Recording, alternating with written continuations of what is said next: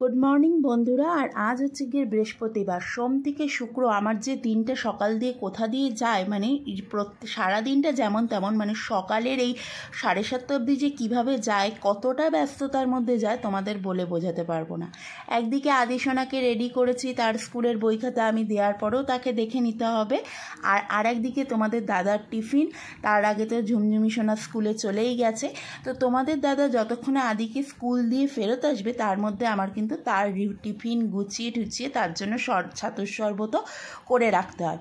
তো আজকে দেবো হচ্ছে গিয়ে একটু ডিম দিয়ে আলু ভেঙে একটু তরকারি করব, আর হচ্ছে দেবো কাকরুল মানে ঘি করলা যাকে বলে সেটা ভাজা। আর এই দেখো, কালকে রাত্রে একটু কোল্ড ড্রিঙ্কস খাওয়া হয়েছিল, সেই কাপগুলো ঘর থেকে বাইরে করে ফেলেছি, আর রাত্রের বাসি বাসনও মেজে ফেলেছে। আর কাপটা দেখালাম এই কারণে, কাপটার বয়স কিন্তু 1 মাস হয়েছে, তার মধ্যে তার ডানটি ভেঙে ফেলেছে আমার ছোট্ট আদিসোনা। মানে কতটা শান্ত তোমরা ভাবো। আর এদিকে দেখো বাসনপত্র মেজেছি, ঘর দিয়ে যেই সব বোতলগুলো আর কি খালি হয়ে গেছিলো রাত্রে জল খাওয়ার পর, সেসব বোতল এনে রেখেছি।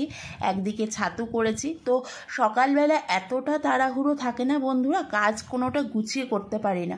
তো আদিসোনা তোমাদের দাদা বেরিয়ে যাওয়ার পর তারপরে আবার ধীরে সুস্থে সব পরিষ্কার করা তো থেকেই যায়। এদিকে দুদিকে ভাত রেডি করে ফেলেছি, আর ওদিকে কাঁকরোল ভাজাটাও হয়ে গেছে, আর ওদিকে তরকারি হচ্ছে।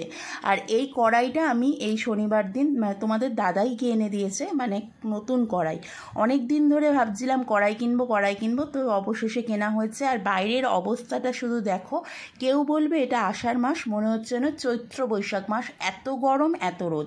আর তোমাদের ওখানে জানিও তো কার কোথায় কীরকম বৃষ্টি হচ্ছে। আমাদের এদিকে তো একটু ছিটে ফোটা বৃষ্টি হচ্ছে, তার আগেই রোদ উঠে যাচ্ছে, মানে বৃষ্টি নেই বলতে পারো।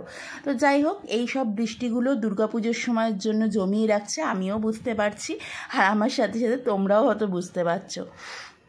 তো এই তরকারিটা খেতে কিন্তু রুটি পরোটা দিয়ে দারুণ লাগে। তোমাদের দাদা যেহেতু রুটি পরোটার অত ভক্ত নয়, তার ভাত দিয়েই ভাল লাগে। আর কড়াইটার আন্দাজে না ঢাকনাটা হয়ে গেছে ছোট, আর এইভাবেই ঢেকে ঢেকে এখন করতে হচ্ছে। তো দেখা যাক, এর মধ্যে বেরিয়ে একটা ঢাকনাও কিনে ফেলতে হবে। আর ওই কড়াইটা করতে করতে এমন একটা আমার অভ্যাস হয়ে গেছিলো, এই কড়াইটায় না একটু অসুবিধা হচ্ছে। তো প্রথম কদিন অসুবিধা হবে, তো তারপরে আবার ঠিক হয়ে যাবে। আর এই দেখো বিছনাপত্র তুলে ফেলেছি, চাও খেয়ে ফেলেছি, যতটা পেরেছি গুছিয়ে নিয়েছি, কারণ এখনও তো দুপুরে রান্নাবান্না করতে হবে। আর এদিকে গ্যাস ট্যাস মুছেও ফেলেছি। আর এদিকে হচ্ছে ভাত বসিয়েছি, কারণ আদিসোনা স্কুল থেকে এসে ভাত খাবে।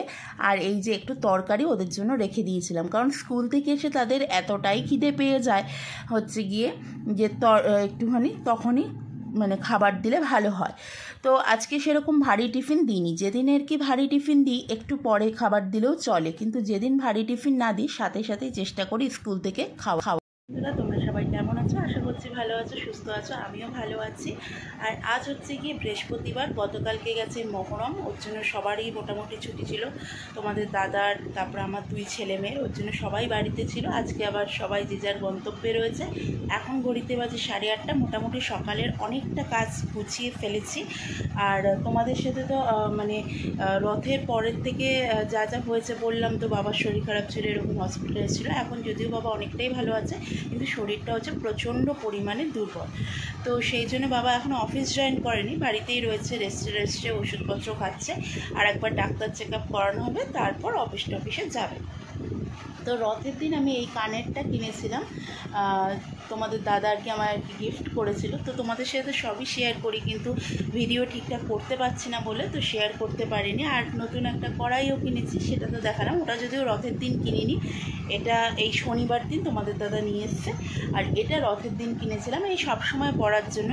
এমনিতে দেখবে সবসময় পরার জন্য কিন্তু হালকা গোল্ড জুয়েলারি খুবই ভালো। আর আমার তো গোল্ডের যত জিনিসই হোক না কেন, হালকাটাই ডিজাইনটা ভালো লাগে। আমি একদম বেশি ভারী ডিজাইন হামড়ো চামড়ো পছন্দ একদমই করি না।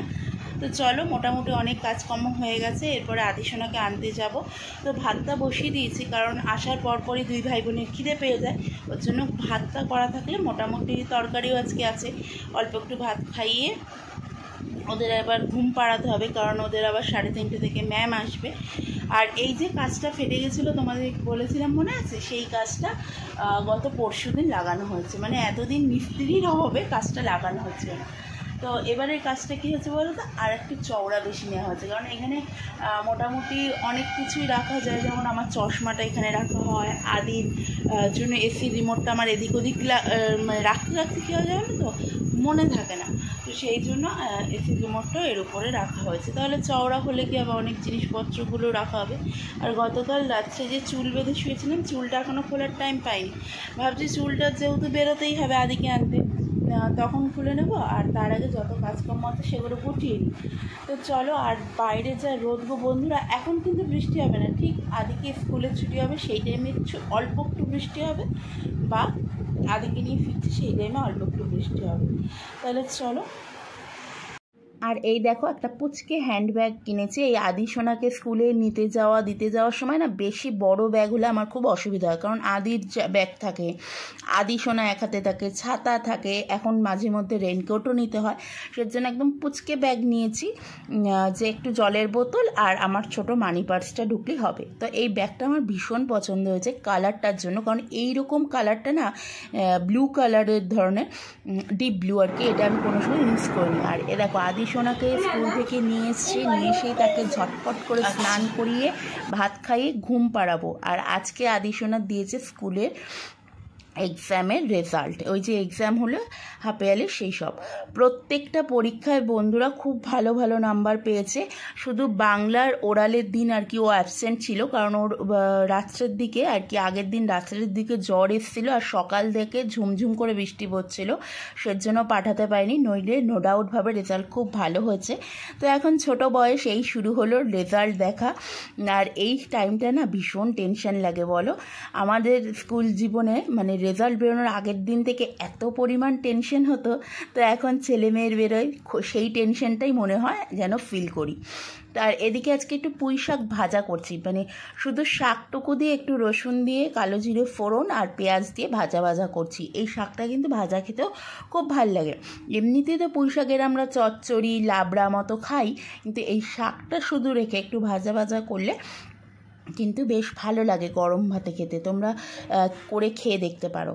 আর আজকে রান্না করছি একটু বোয়াল মাছ, অনেক দিন ধরে তোমাদের দাদাকে বলছিলাম একটু বোয়াল মাছ আর এনো, তো আমার অনেক দিন ধরে খেতে ইচ্ছা করছে, তো একটু বোয়াল মাছ রান্না করছি। আর তোমাদের দাদার মাছটা একটু ডিপ করে ফ্রাই করতে হয়, কারণ আমি কি কাঁচা বোয়ালের ঝোলটাই রান্না করি, কিন্তু তোমাদের দাদা কাঁচা কোনো রকমের মাছ খেতে চায় না, এক ইলিশ ভাপা বা ইলিশ ছাড়া, সেজন্য তোমাদের দাদারটা একটু ভাজা করে নিয়ে তারপর রান্না করছি।